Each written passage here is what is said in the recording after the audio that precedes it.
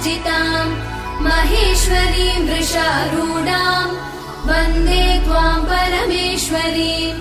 कालरात्रिं महारात्रिं मोहरात्रिं जनेश्वरीं शिवकान्तां शम्भुशक्तिं वन्दे त्वां जननीमुमाम् जगत्कर्त्रीं जगद्धात्रीं जगत्संहारकारिणीं